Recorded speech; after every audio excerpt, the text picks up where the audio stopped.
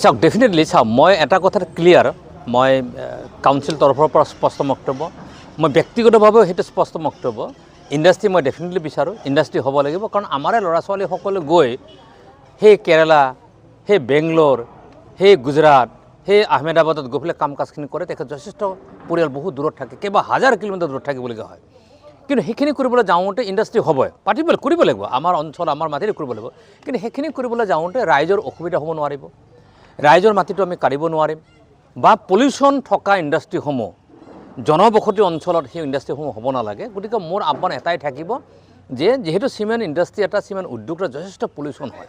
গতিকে ইয়াত আমাৰ এই গোটেই অঞ্চলত গোটেই সাংঘাতিক চাৰিওপিনৰ পৰা আমাৰ খিলঞ্জীয়া মানুহ জাতি জনজাতি অসমীয়া মানুহৰে ভৰপূৰ তাতে আমি দুখীয়া মানুহ গতিকে সেই ইণ্ডাষ্ট্ৰিটো ইয়াত আমাৰ চাৰিওপিনে মানুহ থকা পৰিৱেশটোত নকৰি এনেকুৱা বহুত ঠাই আছে য'ত নেকি জনশূন্য য'ত মানুহেই নাই তাত যদি সেই ইণ্ডাষ্ট্ৰিটো কৰে ডেফিনেটলি উপকৃত হ'ব গতিকে ডেফিনেটলি মই ৰাইজৰ পক্ষত আছোঁ আৰু মই আহ্বান জনাওঁ আজিৰ যোগেদি আহি থকা দিনত ডেফিনেটলি এই সংগ্ৰামখনত মই থাকিম মই আহ্বান জনাম অসম চৰকাৰক যে এনেধৰণৰ পলিউটেড থকা যি ইণ্ডাষ্ট্ৰিসমূহৰ পৰিৱৰ্তে পলিউশ্যন ফ্ৰী ইণ্ডাষ্ট্ৰি হওক ৰাইজে নিশ্চয় বেয়া নাপায় আৰু এই যে চিমান উদ্যোগৰ দ্বাৰা মানুহৰ মানে যি ধৰণৰ পলিউশ্যন হ'ব সেই পলিউশ্যনটোৰ দ্বাৰা আমাৰ যথেষ্ট ক্ষতি হ'ব মানুহৰ বেমাৰ আজাৰখিনি হ'ব দুৰ্যোগ নামি আহিব সেই পৰিৱেশটো য'ত জনশূন্য য'ত মানুহেই নাই মানে শ বিঘা এৰিহ য'ত মানুহেই নাই সেই অঞ্চল যদি স্থাপন কৰে এই অঞ্চলৰ মানুহৰ কোনো আপত্তি নাথাকিব আৰু সেই যাত্ৰাত মই একমত আৰু মই আছোঁ প্ৰায় 2 বছৰ ধৰি আহি থকা দিনত মই ভাবোঁ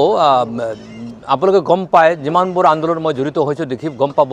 যে খুব বেছি 6 মাহমান লাগে সমস্যা সমাধান হৈ যায় গতিকে মই যিহেতু এই সংগ্ৰামখনত থাকিম গতিকে মই ভাবোঁ 2 বছৰ আন্দোলন কৰিছে ৰাইজৰ আৱেগ আৰু অনুভূতিটো ইতিমধ্যে গম পাইছে চৰকাৰ গম পাইছে সকলোৱে গম পাইছে যিহেতু আহি থকা সংগ্ৰামখনত মই নিজে জড়িত হ'ম মই ভাবোঁ ৰাইজে সকাহ পাব আৰু ৰাইজে বিচৰা ধৰণে ইয়াৰ সমাধানটো হ'ব। ধন্যবাদ।